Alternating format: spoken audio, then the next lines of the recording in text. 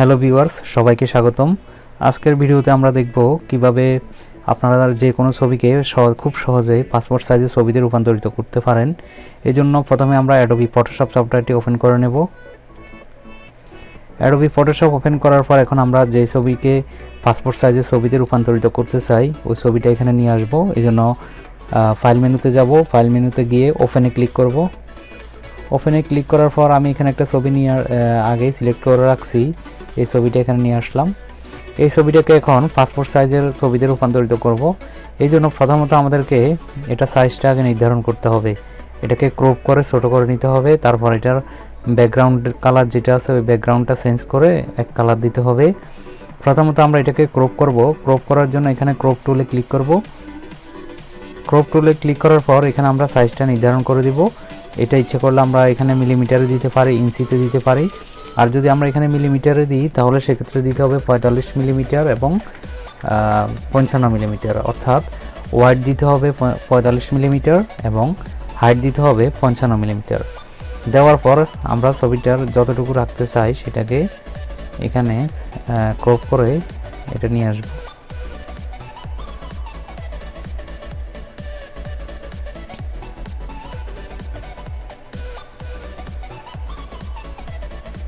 এরপর enter press করব। এখন কন্ট্রোল এবং প্লাস একসাথে প্রেস করে ছবিটা একটু জুম ইন করে নেব। এখন ছবির আমি চাচ্ছি যে ব্যাকগ্রাউন্ড আছে এই ব্যাকগ্রাউন্ডটা এখান থেকে চেঞ্জ করব। এই জন্য ব্যাকগ্রাউন্ড চেঞ্জ করার জন্য আমরা এটা যে কোনোভাবে করতে পারি। এটা আমরা পলিগোনাল ল্যাসো টুল দিয়ে করতে পারি অথবা ফ্যান টুল দিয়ে করতে পারি। আমি পলিগোনাল ল্যাসো টুল দিয়ে এটার ব্যাকগ্রাউন্ডটা পরিবর্তন করে দেখাচ্ছি। আর এটা ম্যাজিক ওয়ান টুল দিয়ে করা সহজ হবে, কারণ এখানে ব্যাকগ্রাউন্ডটা এক কালার আছে। তাও আমি এখানে পলিগোনাল ল্যাসো টুল দিয়ে কাজটা করে দেখাচ্ছি। প্রথমে আবার কন্ট্রোল প্লাস একসাথে প্রেস করে ছবিটাকে জুম ইন করে নেব, কারণ এটা যত জুম ইন করে কাজটা করব কাজটা তত নিখুঁত হবে।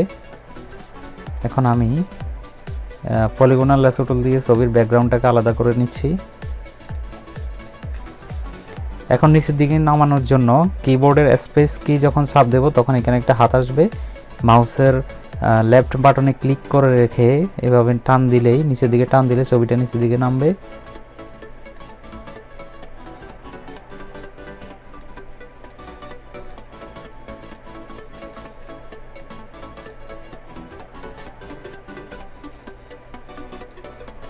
এই কাজটি যত আস্তে আস্তে করবেন তত নিখুঁত হবে।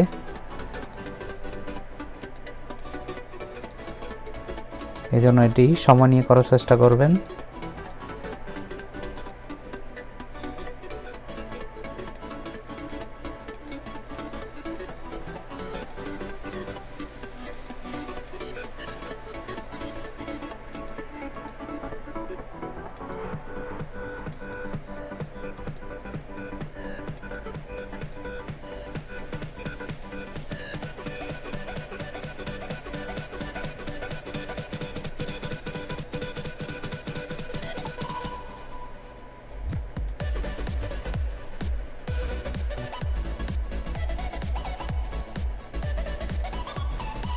ছবি সিলেক্ট হয়ে গেছে। এখন বাইরে ক্লিক করতে হবে, কন্ট্রোল মাইনাস দিয়ে জুম আউট করে নিচ্ছি।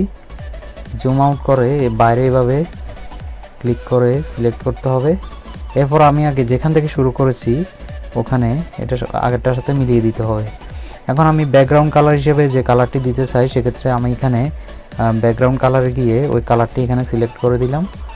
দেওয়ার পর কিবোর্ড থেকে কন্ট্রোল এবং ব্যাক স্পেস কি একসাথে প্রেস করে এটার ব্যাকগ্রাউন্ডটা চেঞ্জ করে দিলাম এবং কন্ট্রোল ডি প্রেস করে দেখেন এখন এখানে সিলেকশনটা তৈরি আছে, সিলেকশন দেখা যাচ্ছে এবং কন্ট্রোল টি প্রেস করে এটা ডিসিলেক্ট করে দিলাম। এখন জুম ইন করে দেখি ছবিটা, এখানে দেখেন কিছু অংশটা এখানে বাকি আছে। এইটাও আমরা চাচ্ছি যে ব্যাকগ্রাউন্ড কালার যেটা দিয়েছি ওই কালারটাই দিয়ে দেব। এই জন্য এটাও এখান থেকে সিলেক্ট করতেছি এবং কন্ট্রোল ব্যাক স্পেস দিলে তাহলে ব্যাকগ্রাউন্ড কালারটা এখানে চলে আসছে। তো এই ছবিটার সাইজটা দেখে নিই, ইমেজে গিয়ে ইমেজ সাইজে গিয়ে দেখি এটা মিলিমিটারে যেহেতু দিয়েছি কত আছে। এটা আমি রাখবো 45 এবং 55 আর এটা রেজুলেশনটা দিয়ে দিই রেজুলেশন 300 দিয়ে ওকে প্রেস করলাম। তাহলে আমার পাসপোর্ট সাইজের ছবি হয়ে গেছে। এখন প্রিন্ট আউট করার জন্য এখানে ফাইলে যাব, ফাইলে গিয়ে নিউতে যাব, এখানে A4 সাইজের একটা পেপার নেব, এই জন্য ইন্টারন্যাশনাল পেপার সিলেক্ট করব, এখান থেকে করে ওকে প্রেস করব। এখন এই ছবিটাকে আমি এখানে নিয়ে আসবো, A4 সাইজের যে পেপারটা আমি নিয়েছি এখানে নিয়ে আসবো। এই জন্য এখানে মুভ টুল সিলেক্ট করব, মুভ টুল সিলেক্ট করে কিবোর্ড থেকে অল্টার কি প্রেস করব, অল্টার কি প্রেস করে এবং মাউসের লেফট বাটন চেপে ধরে ছবিটাকে এভাবে টান দিয়ে আমি এখানে ছেড়ে দিলাম। তাহলে দেখেন আমার ছবিটা এখানে যে A4 সাইজ পেপারটা নিয়েছি, A4 সাইজ পেপার এখানে চলে আসছে। এখন আমি এই ছবি থেকে এখানে আরও কয়েকটা ছবি নিয়ে এখন এই ছবির উপরে মাউসের কার্সর নিয়ে এসে আবার কিবোর্ড থেকে অল্টার কি প্রেস করে মাউসের লেফট বাটনে প্রেস করে ছবিটা এভাবে টান দিয়ে এখানে ছেড়ে দেব। তাহলে আরেকটা ছবি চলে আসছে ডুপ্লিকেট।